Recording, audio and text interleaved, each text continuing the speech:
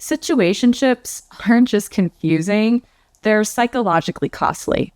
You've been texting for months, you hang out, you kiss, you vent to each other after bad days. You're not just friends, but you're also not officially anything. You're in the in-between. No label, no promises, no real clarity. But somehow, it still feels like something. Welcome to the modern love trap we now call a situationship, where you do all the emotional labor of a relationship without the security of being in one. And last year, researchers finally put a name and a definition to it. I'm Jordan Travers. I'm a licensed psychotherapist, and today I'm going to break down what a situationship looks like on the inside, no matter how good or stable it might look from the outside. In March 2024, a research team led by Michael R. Langlais published one of the first formal definitions of a situationship. They described it as a romantic dynamic that includes closeness, emotional and sexual intimacy, and time spent together, but without a clear label or commitment.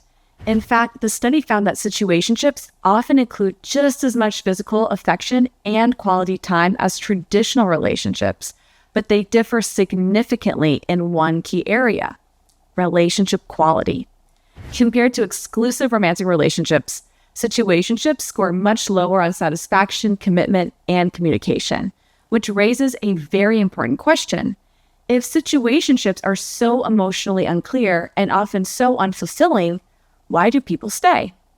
Langlais' next study, published this year, explored exactly that. By collecting both personal stories and survey data, the research team found 7 common reasons people stay in situationships, even when they're unhappy. Let's walk through them. The first, the illusion of exclusivity. Many participants assumed they were exclusive, even though that conversation never actually happened. That belief made the relationship feel more secure than it really was, and easier to tolerate, even without clarity. Number 2, investment. People had poured time, emotional energy, and attention into the relationship. And after all that effort, walking away felt like too big of a loss, even when the relationship wasn't satisfying. Number 3, emotional needs being partially met. Even inconsistent emotional support can feel like enough to stay. And when that support occasionally shows up, it can create hope, just enough to justify holding on. Number 4, future talk or a lack of it. Interestingly, both the presence and absence of future-oriented conversations are what keep people stuck. Hopeful promises made them believe that things might progress, but silence left room for fantasy, giving them space to imagine something deeper might eventually form. Number 5, effort.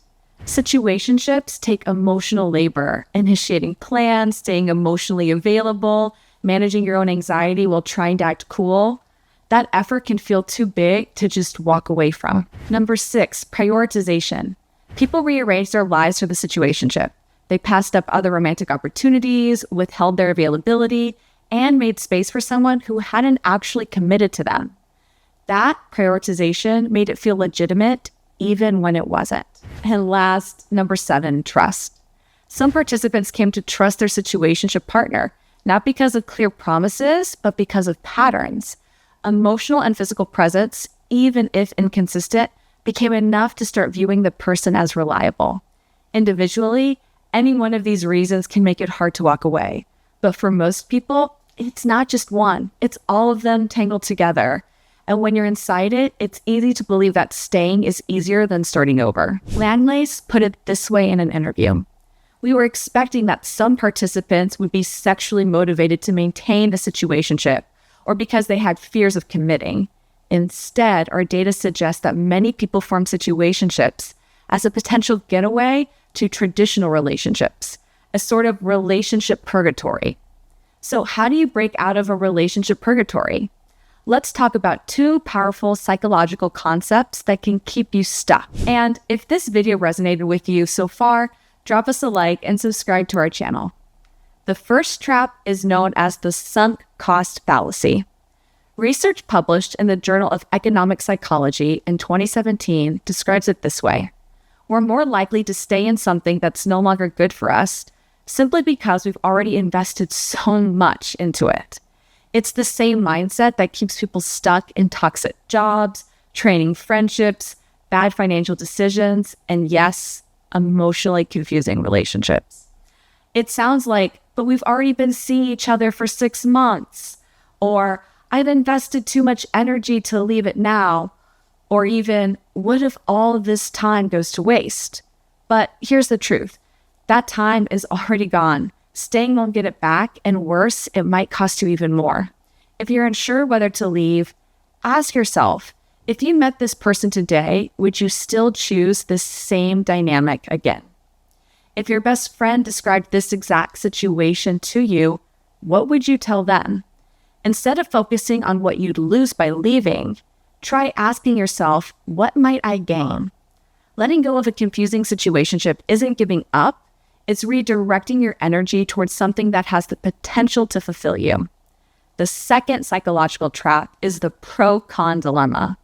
According to 2023 research from Frontiers in Psychology, we tend to make relationship decisions based on the balance of rewards and costs. If we believe that the pros of a relationship outweigh the cons, we stay. The researchers zoomed into what they called psychological exchanges, the invisible, implicit traits that happen inside us when we're in a relationship. These would include feeling chosen, feeling ignored, comparing ourselves to others, getting emotionally attached without assurance, and building hope that may never be fulfilled.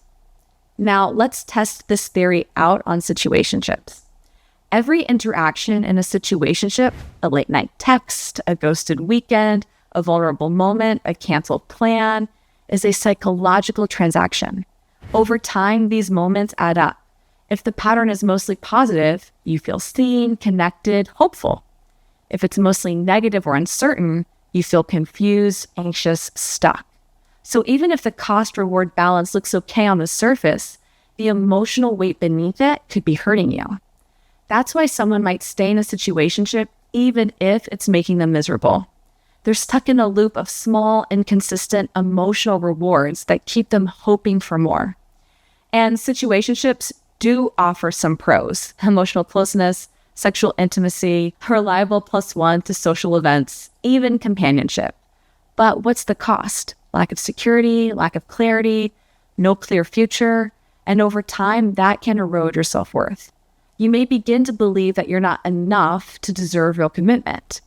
If you're someone who dreams of building a stable, loving, committed partnership, marriage, family, a future, you have to ask, is this dynamic helping me get there or quietly keeping me from it?